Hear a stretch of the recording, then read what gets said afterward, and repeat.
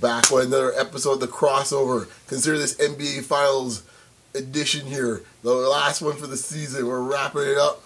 We might do a little post-game stuff, post-draft. We'll discuss it. You might see that come out in the next couple of weeks. But right now, the season's over. Ravi, the Cleveland Cavaliers are your NBA champions in 2016. The king has been crowned once again. And, for all you haters out there, what's your boy like to say? Take that, take that, take that. In this case here, boy, they're taking it all over the place. But I'll let you take your thoughts on what you saw in this finals, man. What a series. Well, I don't know if you saw LeBron getting off the team plane today, wearing the Ultimate Warrior T-shirt. What's up with the wrestling T-shirts? I don't know. I think it's something with the Cavs team because Love had the Austin shirt. Last night.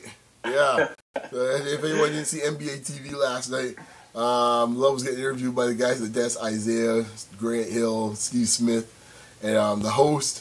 I forget his name, Kevin in this case. I remember his name. But they were, he had the 316 Austin 316 T-shirt. So it definitely seems to be a running theme with the Cavs locker room. Exactly. Are they gonna pull a Detroit Pistons on you?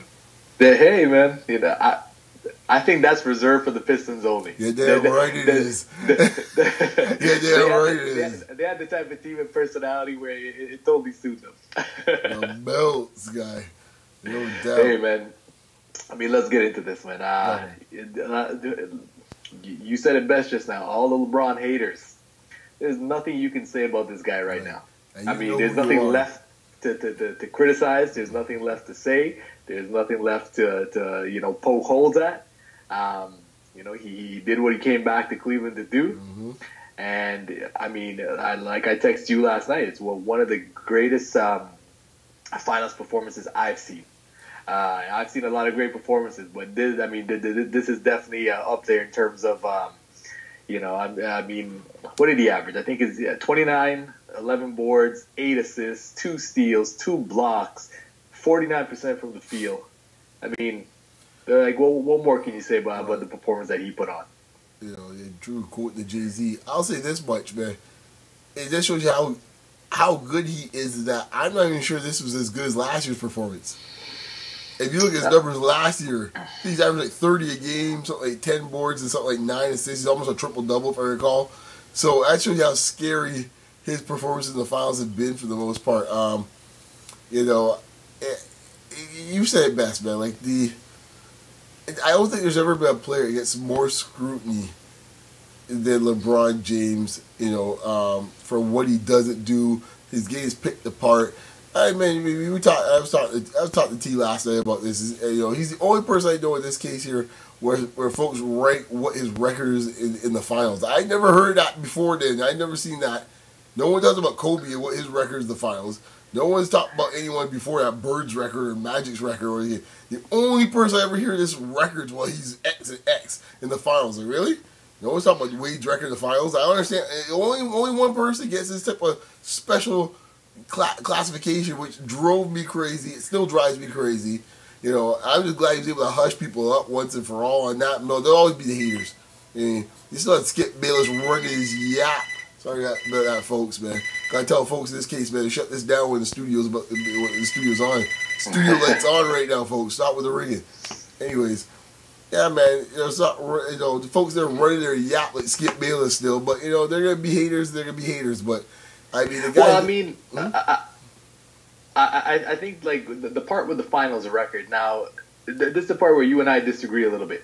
Because when you're comparing the all-time great players, the all-time greats, and then it comes down, you come down to, you got to split hairs at some point.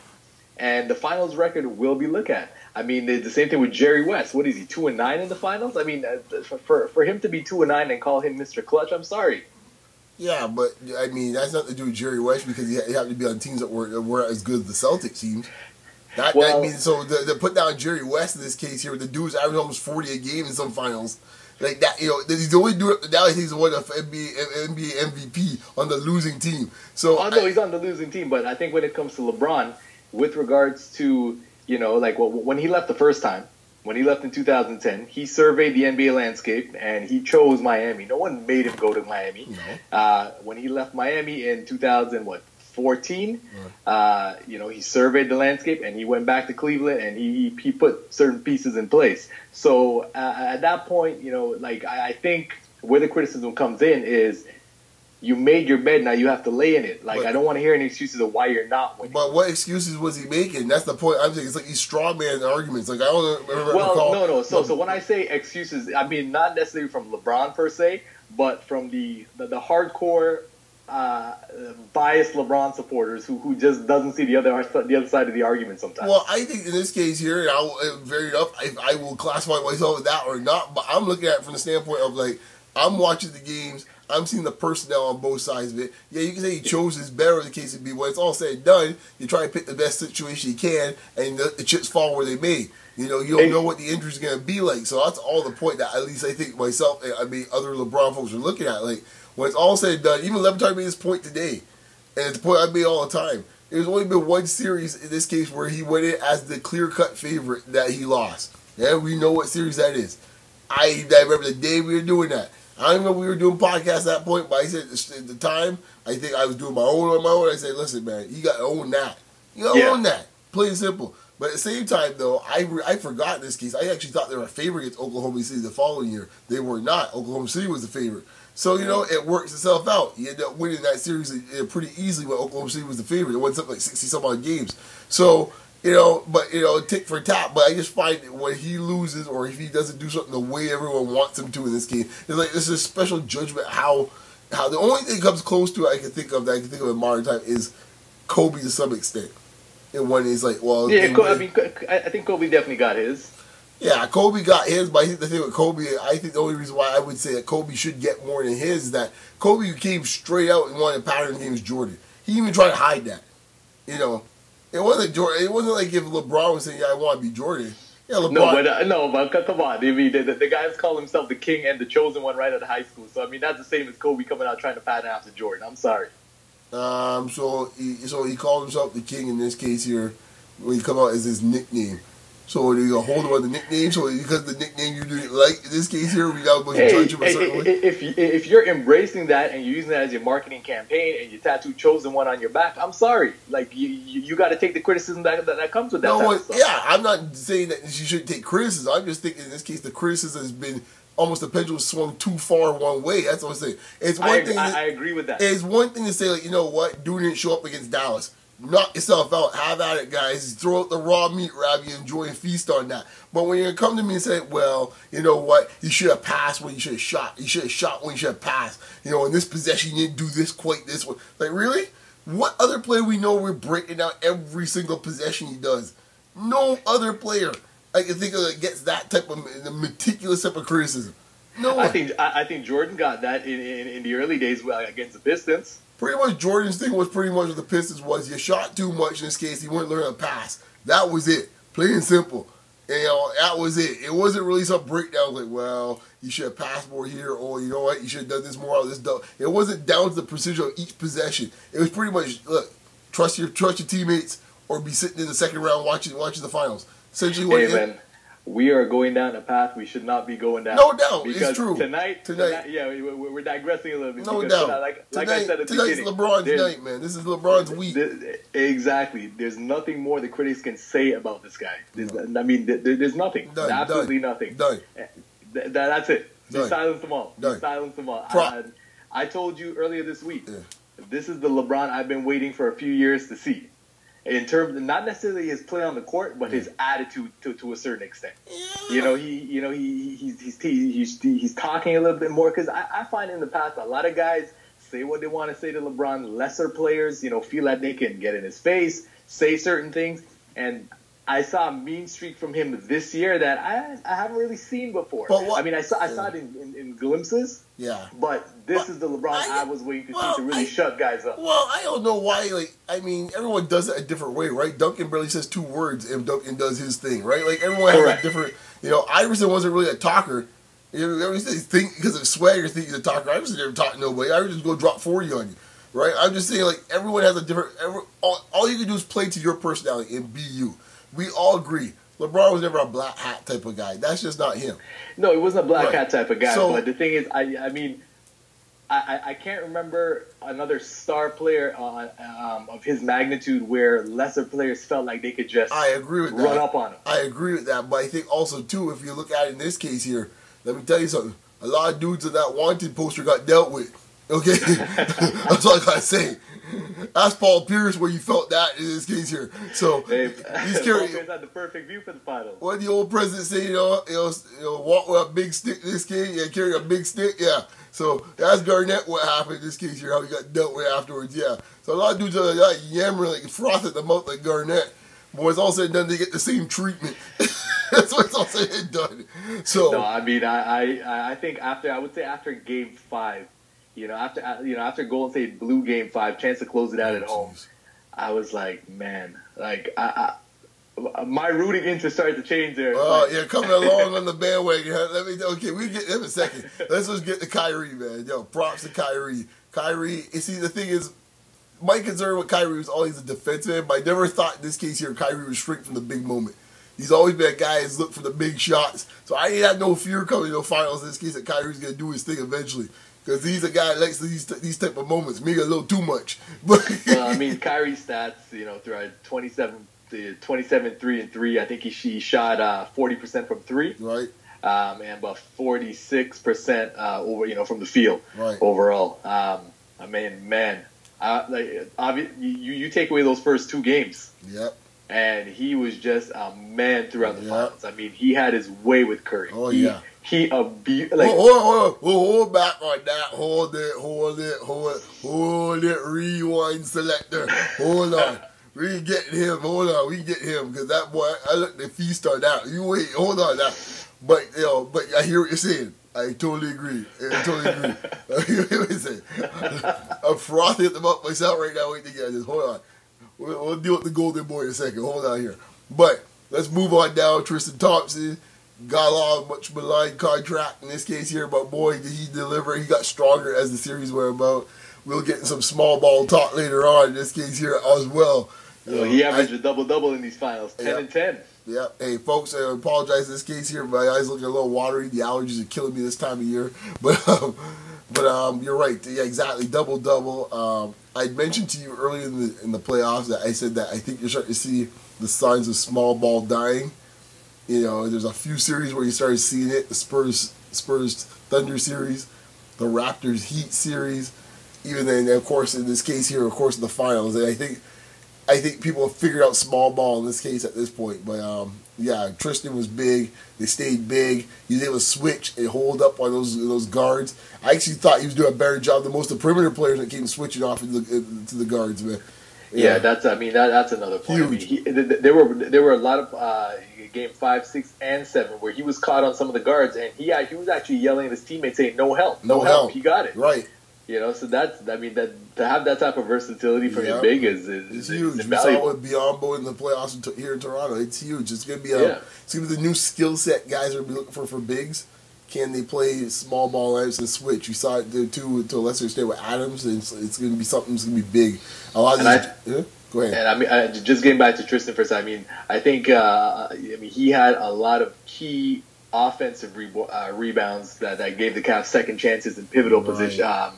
Points of the game. Right. And they were back-breaking rebounds. If you want to call them that, because. Mm-hmm. He had no business getting some of these offensive rebounds that he got. I mean, it was him, and he had 3 Golden State players around him. Yeah. And he somehow managed to get his hand on the ball, to tip it off somebody, or just get an extra possession out of it. And props to Coach Lue. I mean, there's another guy in this case took a lot of heat. The organization took heat for firing Black. I was sticking with it. We had this podcast. I stuck with it. I said, "Yo, Black needed to go." It's insanity to go down the same path with the same result. You need to cut that one time. They cut that out one time, and the moment Lou came in, I saw what they're trying to do. They moved the pace up. He did a better job incorporating Love, and he stuck his guns with Love. Even when things got dark, he said, I'm going to stick with this dude. Love's out there in the fourth quarter playing hardcore in the defensive end and grabbing boards. I'm like, wow. Love, the big three in the Cleveland big three.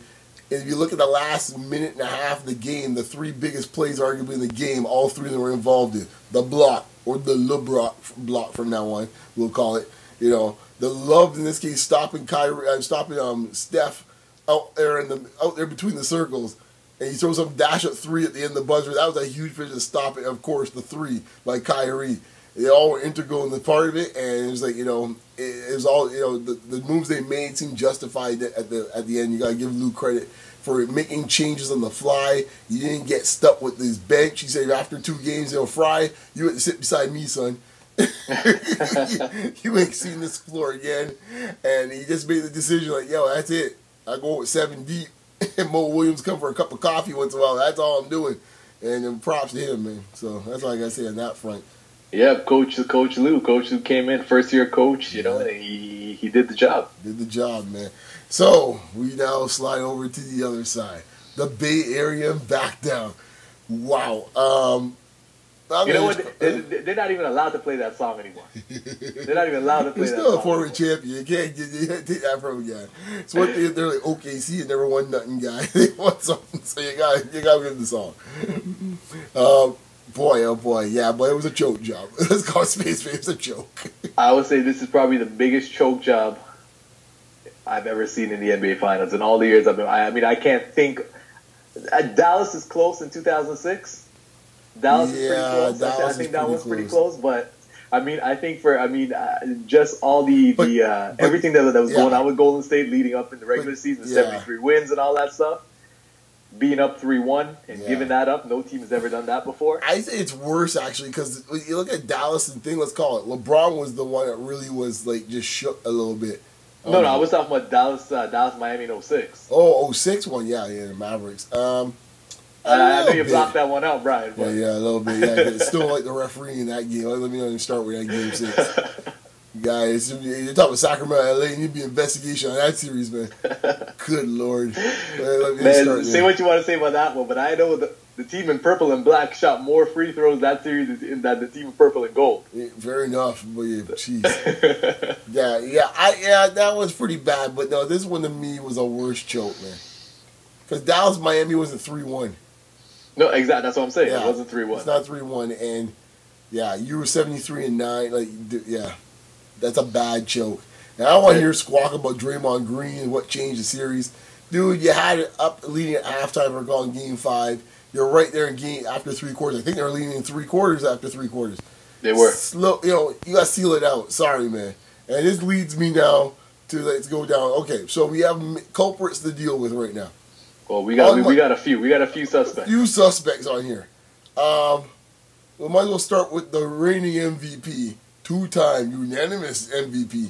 And they quote Tracy McGrady, that's your 2-time MVP? He told me all the time, that's your 2-time MVP? Let me tell you something. Tracy McGrady's the last word if you talk about anything at this point. Hey, look. Yo, I will take that type of talk from an Isaiah Thomas. I'll take it from a lot of guys. But I'm not listening to anything Tracy McGrady has to say. All I know is you speak truth on that guy. Yeah, should you get the award? Yeah. Unanimous, really? And hey, this is the point. There's some boys out there might be watching. I'm not sure. I see you, Sheldon, all you fellas in this case here gave me grief. Why I said this case, Curry in this case is a top 5 player, maybe the 5th best player in the league. And they looked at me like if I had 4 eyes. And I said, yo, there's 2 boys out in Oklahoma City. Yeah, I still think they're better than Curry. Yeah, LeBron obviously better than Curry, which is the first thing. And I said Chris Paul probably is the next one. And you know what? I don't know if I'd put him ahead of Paul. I probably put Blake ahead of him. I wasn't even going to Blake just yet. Blake might have come down a little bit, but Blake's right. You're right, Blake's game's tight. But, I mean, Stephen A. Smith made a great point today. I mean, you know me, I'm not really no Stephen A. Smith fan, but I got to give him his due. He knows his stuff when he comes down and like talking hoops. And he said, look, you put any top quality point guard in that situation late in the game. And he actually said for the whole series, it was a great point. You know, game 6, you know, Klay Thompson can't get no touches. Got like 30 points, can't get a touch. Your point guard's got to know who's hot. Draymond Green couldn't get a touch last time. Couldn't get a touch. Klay Thompson couldn't get a touch in the 4th quarter. You got to ask yourself, your point guard, what he's doing, throwing behind the back passes, you know, throwing no-look bounce passes in traffic.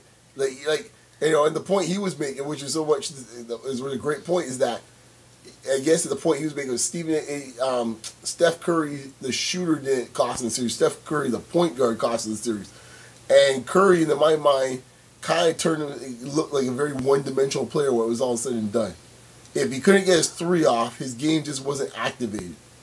No, and I think he should be embarrassed the fact that he had guys like Love on him. He had guys like Tristan Thompson, like we talked about earlier, on him, and you can't get free for a shot. Right. You know, every Sunday I'm watching ABC, and what do they show? Every Sunday, half hour before the game, Steph doing his dribbling drills, Steph doing all this stuff. You can't shake Tristan Thompson. Right. Oh, you got to be kidding me. Right. And then the casual nature in which he played throughout these games. This loosey-goosey style. Too cool for school style. Too cool for school style. I mean, they had, I think, a 1 or 2 point lead when he threw that behind the back pass last night. Right. That went out of bounds. Right. I mean, at that point in the game, on the right side of the court, you're going to make that type of pass? Well, you look at Thompson's expression because it's coming from Thompson's angle, guy. I saw that. That dude, man, was like just a furious guy. Because, I mean, none of them dudes will talk about in the locker room, but I know them dudes are not pleased how that dude was running that team. No, not at all. Not at all. And, you know, it's if you're not scoring that, like you said it best, if you're not scoring the ball, where else are you impacting the game? Right. Because he's not getting the free throw line. Yeah. I mean, he averaged, I think, 3 or 4 assists. I mean, that's not, you're not impacting the game that way. No. And he's a good passer, but if he keeps himself, you know, disciplined, but that's the thing, discipline, you know, and the fact is, you know, Kerr all year let these guys play loose and came back to bite them, and you know what. Now, on the defensive end, I love what Cleveland did because they finally took the game plan, which you should have done in the first place, where Oklahoma City pretty much told you what to do, and just wear him out and just, you know, there's no place for you to run. Every time you try to hide him on somebody. Well, aside from, you know, when Golden State was on the defensive end, they manipulated the defense, and they always switched Kyrie and had Curry guarding. Well, they always ran that pick and roll and manipulated so you know, Curry would end up guarding Kyrie. Well, and Kyrie torched time and time again. Well, it's not even just the Kyrie. I mean, Kyrie was the first. It was the number one you know, assailant in this case here, but there's others in this case. Like they'll switch and put LeBron and have him in the post against LeBron, and that double has to come for him, or LeBron just go right past and shoot over him. Don't forget when the run happened, I'm pretty sure with JR the first half, and then in the third quarter, they get him back in the game. I think in this case they started him off on JR, and he got killed on that with 2 quick threes on him. You know, so they were anybody they're running the place towards Steph Curry, and that was the Oklahoma formula in this case a lot, and they took it right out of there and took the starch out of him. And I always found it laughable when I hear these guys say best player in the world. I was like, what, really? What are you people sniffing? Well, that's the thing. I told you that in the regular season as well. I mean, here's a guy who's had, you know, 2 really, really great regular seasons. Right. He improved on his MVP season from last year in almost every statistical category. Right. You know, I was one of the guys. I mean, I've been defending Curry all this season. I mean, he got grief for his finals performance last year. I think if you look at the stats from last year, I don't think it's as bad as what it is, as what people make it out to see. But now I think we have enough of a sample size to say that this guy disappears in the big moments. Hey, just say Toe was on that train from early, guy. I was on there, had my seat from early. Hey, glad the rest of y'all can get on board. I got on at Port Union. Got on Port Union? I was there from Oshawa, guy, pulling up from the station heading to Union. I was there from early, guy. Let me tell you something, man. As far as Curry goes, that whole thing goes. All you guys out there in this case you're talking about, and they're mentions phrase out of your mouth about best player in the world, Steph Curry. All you guys need to get your hoops passed, revoked for at least probation for a year. That's right. A year. All you jokers on Facebook, you know who I'm talking about in this case here. All you guys, the pundits, you know who you are. I mean, I'm sitting there going like, you people are, what? Folks that are legitimate know their hoops, I'm sitting there going like, how are you actually saying this with a straight face? Seriously. Yeah. Got blinded by the 3. Blinded by the 3. They got caught up in the hype. Yeah. They got caught up in the hype. Golden State. You know, it was a wild regular season ride. Right. Golden State, get a post game. Come back to me when you get one. All right? Come back to me. Call me. Call me on the telephone, as Drake says. Yeah, call me. Call me. All right? Call me on the cell phone. You know, seriously. Yeah. You know, I think Curry. I mean, he got exposed. I think he should be embarrassed. He should be embarrassed about this performance. He should be embarrassed at the fact that you had not only. I mean, obviously the billing was, you know, Steph versus LeBron, but LeBron torched him, Kyrie torched him, and they told him about it. Yeah. And you still didn't back it up. Yeah. I mean, it definitely was something on them swats in this case by LeBron. You're sitting there like, you serious? That's the best stuff you got coming in here, really? They told you about it. Yeah. They told. You and I were joking around after Game 6. I said if he showed as much fire as when he got kicked out the game, right? The entire series, this would have been done in 5 games. Yeah, the Golden Boy took some hits, man. I won't get too much into him and his wife and all that nonsense, but yeah, the Curry family took some hits, boy. So serious damage control this summer on that situation. But I will touch on that quickly because I got a little medicine for her too. Okay, now, it's quick though because we got a lot of culprits to go through here, man. Okay, let's go. You go. Well, actually. You can put her on the list, I guess. You know what? I'm just rapid fire right now. Okay, rapid fire. Wrap her into this bigger thing. Because, let me put this, not just to put on her. I'm going to put this on Warriors, players, and family members.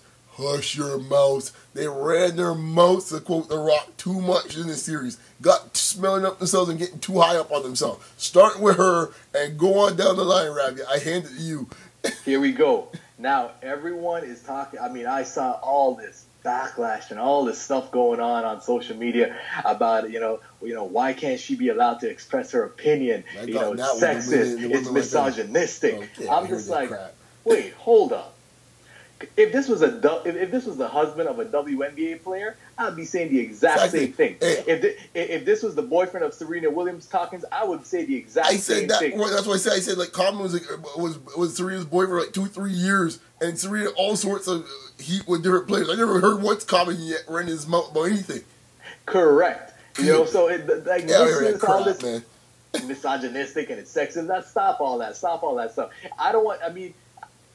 This applies to the mothers and fathers who like to mouth off to if you're not a player, if you're not on the court, I don't need to hear your opinion like that. Yeah. I'm like you said, it was just too much comments. Right, and I throw Michael Thompson in that list as well too. After game, Michael Thompson had a lot to say. I heard him on ESPN. He had a lot to say about LeBron as well. Yeah, he running his mouth too. A bench warmer for the Lakers. Hush your mouth too. He's running his mouth like he's somebody.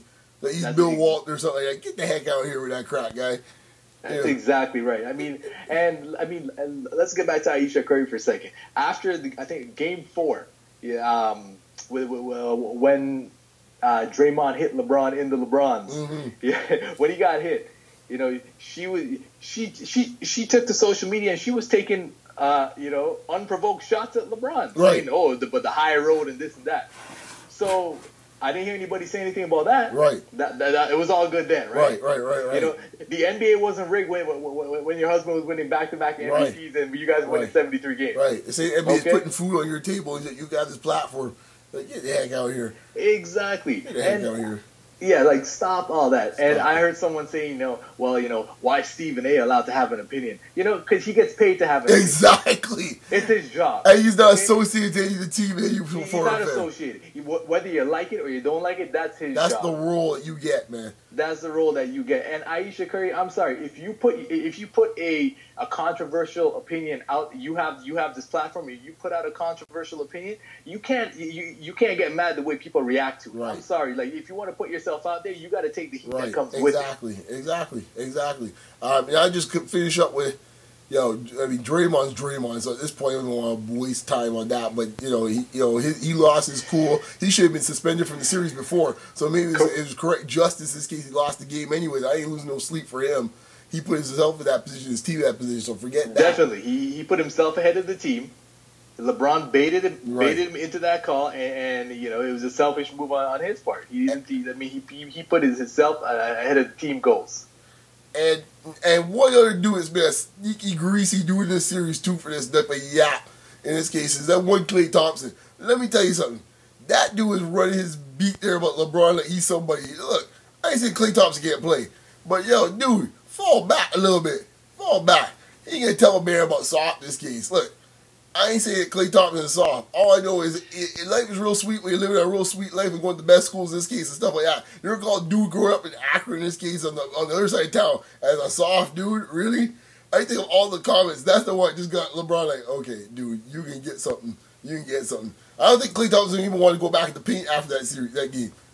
I don't think Klay Thompson entered the paint since then. We still waiting for Klay Thompson to get in the paint. I ain't seen him yet. That dude need to hush his mouth. Yeah, but it's I think they all got it. He all slinked out the back door, guy, when they look for the press conference. Can't find him. Where is he? Where is he? You want to be all up in the videos, your boy? Where is he now? Like, get the hell out of here! Get the hell out of here! All y'all get some, man. Get out of here. They're all getting some. Oh, so Harrison Barnes wanting 16, 17 million max money. You two, get the heck out of here, guy. Well, let me tell you something. I think one of the most upset people after this morning was Harrison Barnes' agent. You got that right. You just watch that money go down the drain, guy. You just watching. Because game by game is like, oh man, yeah, another 10 million, another 10 million. Dude, the crowd was just groaning on every miss, guy. Yeah, Harrison Barnes. I mean, hey, on the bright side, Anderson Varejao still gets a ring. Wow, that leads to my last dude who's gonna get some of this case here. The unflappable one himself, Stephen Kerr. Let me tell you something, dude. You got Anderson Varejao playing serious minutes late in the game, and you're running post plays for Anderson Varejao. Anderson Varejao probably thought it was like 2001. Like, what the heck is this? They're running plays for me? Like, what the heck? Like, really? Really, dude, that's the best you can give me. That's the best you got, Kurt. Like, really, that's the best you got. It must be Mike Brown on the side. Mike Brown. Mike Brown at least had enough common sense to put his his star player and run no plays. At least that much he say, I got the best player's hands. This guy's running plays for Anderson Varejao. 10th man off the bench. Like, what the heck? Get out of here, that crap. Like, seriously. Greasy Mo Spates, who was yapping and running his mouth, too. You're Mo Spates, guy. You're Mo Spates. I like the minutes that Mo Spates gave them off the bench. He was active, and I had no problem with Mo Spates. I just want to rip on him because him and Sean Livingston off the bench. I had no. I was just ripping on him because he's yapping his mouth about LeBron too, guy. Like, Mo Spates, you need to hush your mouth, guy. It's like he got dealt with too. Man, I thought of you last night on that last play, because if LeBron had put that dump down. Oh gosh, I had like a basketball orgasm right there. I'd be like, oh. That would have been the cherry on top of the cake. Oh my gosh, I was just sitting there like the restaurant, like, oh please, oh please, oh please. I tell you, the one thing that really hurt me with this Cleveland win, the thing that hurt me the most, is to have to see Richard Jefferson get a ring. He retired too. Oh. He said, peace. He just said, I'm out, Robbie. Oh boy. They can't touch me. Let me tell you something. That hit me in a real low place, Brian. RJ out. Decided that he's gonna do erotic essays, I think, in this case, and write in his spare time now. I just saved that one for you. I heard that one this afternoon. I love the association, guy. Oh, the theater. It's so wonderful. It was so wonderful. Great game, man. Game 7, one for the ages.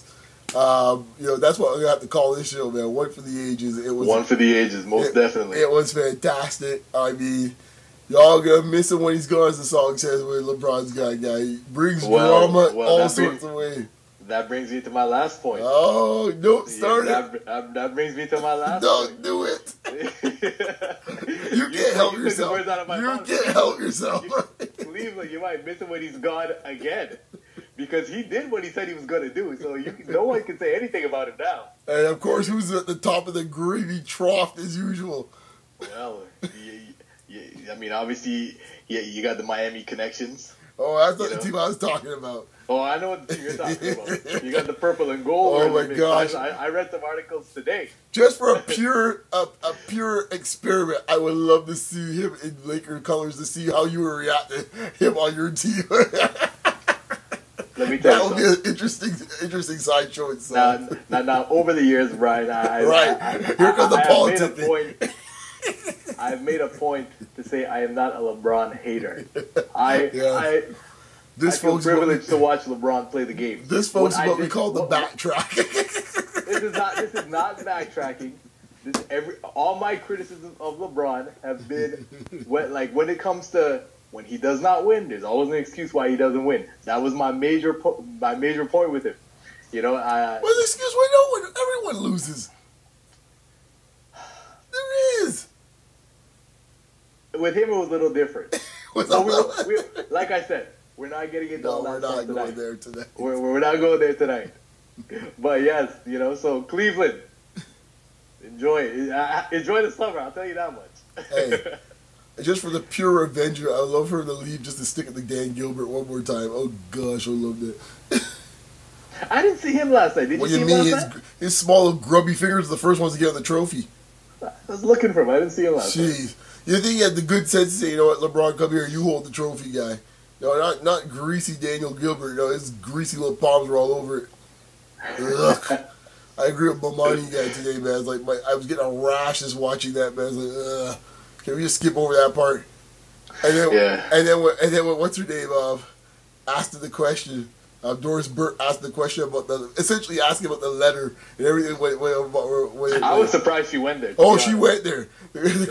She kept it real. She went there. And my man does the old politician trick, Well, I couldn't really hear what you said, Even though the whole stadium heard what he said. And that's on TV. He was right there beside her, couldn't hear what he said. Yeah. Get out here, garbage. Piece of garbage. Dan Gilbert. Yeah. It's it'll be interesting to see what he does in the offseason. I mean, if I had to put money on it, I'd say he stays. But LeBron's about that business. No he's about that next move. No doubt. The $1 billion man, my friend. Exactly. He's about that business right now. Just be another 5 or 10 bill just now as we talking. and like I said, I mean, right now he has carte blanche this summer because he did what he said he was going to do. And he has a better shoe than Steph Curry as well, too. All right. Don't get me started on that shoe. Don't get me started on that shoe. Should do this, the Del Curry. That's why I do the shoe. I could not believe the fan did that. Right now, the only one's winning right now, the Curry household right now is Riley at the moment, guy. Hopefully she had a good day at preschool, guy. Right now, everybody else right now is taking the L. Everyone's taking the L. Well, hey, man, that's a good thing. I mean, that's another good thing.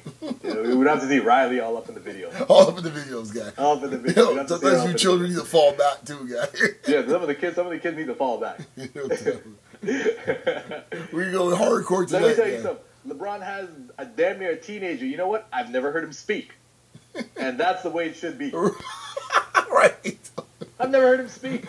The kid's getting offers already from Duke and Kentucky. Right. He's like 11 or 14 somewhere around there. I've never heard him speak. Right. I don't even know if he has social media, but Riley, every 2 seconds I gotta hear something from Riley.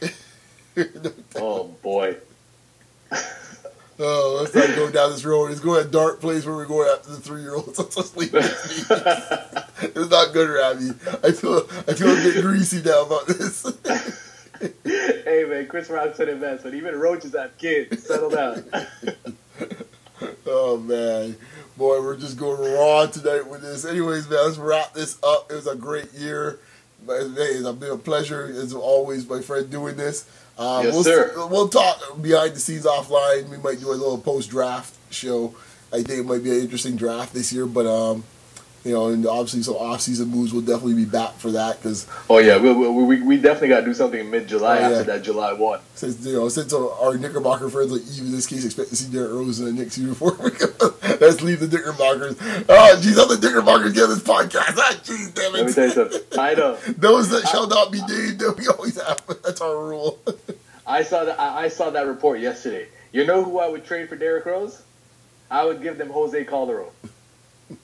That's who I would give them. Here, you want someone for Derrick Rose? Here, you can have Calderon. That's about it. Oh man, how we ended on that note? A Derrick Rose Calderon trade. Listen, man, Game 7, fantastic. One for the ages. History was made. It was gonna be made either way. Let's do it again next season. Ravi, man, we'll talk. Folks, man, check us out as always at the Beyond the Locker Room podcast and the channel. We always got a lot of stuff coming down the pipe, man. It's been a pleasure, my friend. Yes, sir. And where can the good folks find you for the last time for the season? At Ravi Narayan on Instagram. And as always, you can find me at Beyond Locker Room, short for RM. Take care, y'all. Peace.